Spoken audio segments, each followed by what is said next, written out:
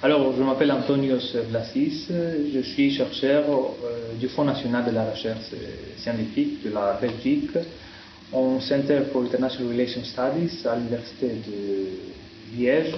Je suis également maître de conférence à la même université.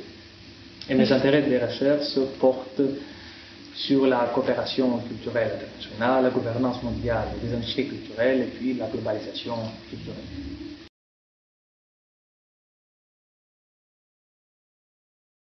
Le numérique, c'est un enjeu transnational, par sa nature en fait transnationale, transversale et multidimensionnelle. Donc, elle touche plusieurs aspects de la création culturelle, l'aspect de la production, l'aspect de la distribution, de l'exploitation, des pratiques des consommateurs. Si on prend comme point de départ la Convention sur la diversité des expressions culturelles, qui reconnaît les États, l'intervention publique en matière de culture, en tant que condition nécessaire pour la protection et la promotion de la diversité culturelle. Donc, si on prend comme point de départ la Convention, on comprend bien que le numérique remet en question la raison d'être des politiques culturelles. Ça pose en fait quelque chose, une question existentielle aux politiques culturelles. Parce que le numérique bouleverse deux réalités, une réalité pratique et une réalité symbolique.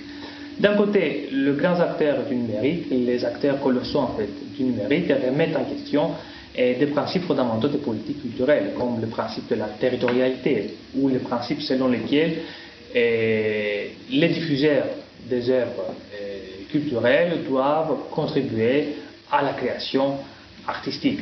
Mais aussi, il y a une réalité symbolique.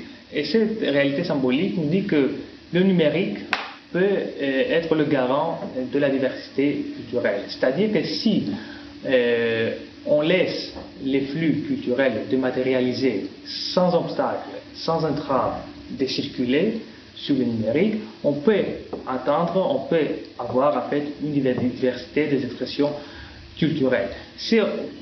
Plus ou moins, c'est la même chose qu'on a eu en fait, la même illusion qu'on a eu avec les libres-échanges dans les années 90 et dans les années 2000. On a exactement la même désillusion avec le numérique. Quel est le numérique? Les flux culturels dématérialisés, sans obstacle, à circuler sans obstacle, on peut avoir une garantie de la diversité culturelle. Mais ça, c'est faux. Donc, dans le cadre du numérique, l'intervention publique en matière de culture est nécessaire pour protéger et surtout, dans le contexte du numérique, pour promouvoir la diversité des expressions culturelles.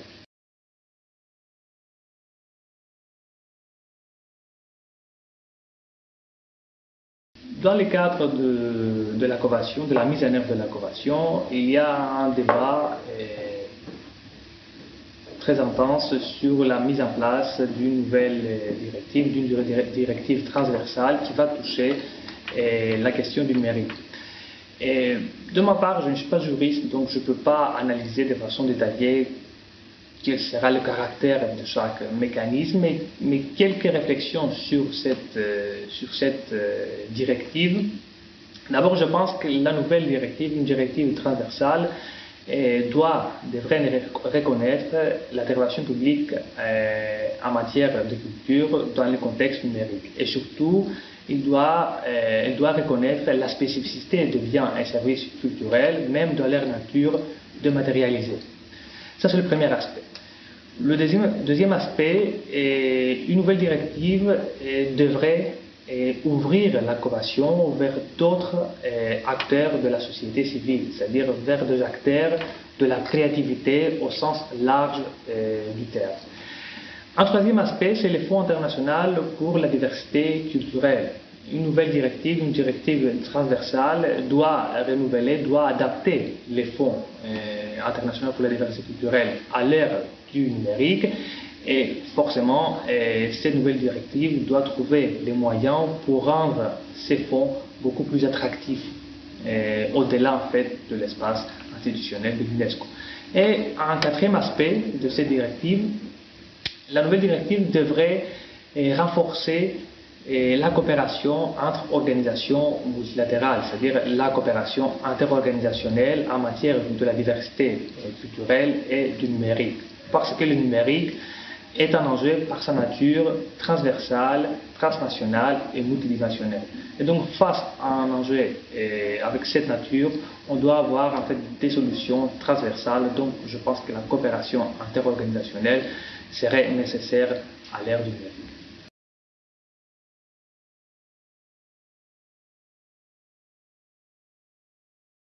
Je pense que c'est une question plutôt politique, c'est-à-dire ce sont en fait les États, les acteurs impliqués qui doivent définir ces critères en fonction d'abord de leurs intérêts, de leurs besoins ou en fonction en fait de la pression que les États vont recevoir de la part de la société civile ou des groupes d'intérêt.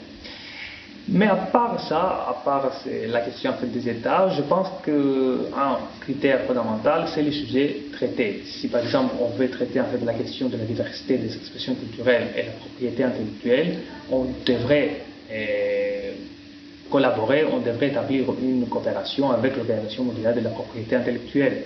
Si notre objectif c'est la question du développement, du lien entre culture et développement, ce sera mieux de collaborer, de coopérer avec les organes de l'ONU comme le Programme des Nations Unies pour le développement ou la Conférence des Nations Unies pour le commerce et le développement. S'il s'agit en fait de questions plus techniques, c'est-à-dire le lien entre la diversité des expressions culturelles et les technologies d'information et des communications, donc ça peut être en fait l'Union internationale des télécommunications. Donc je pense que ça dépend toujours du sujet traité et aussi de construire en fait une problématique qui sera liée en fait à la Convention de 2005 et à la diversité des expressions culturelles à l'ère du numérique, mais une problématique qui nécessiterait des ressources de la part des autres organisations multilatérales, c'est-à-dire une problématique qui nécessiterait la coopération interorganisationnelle.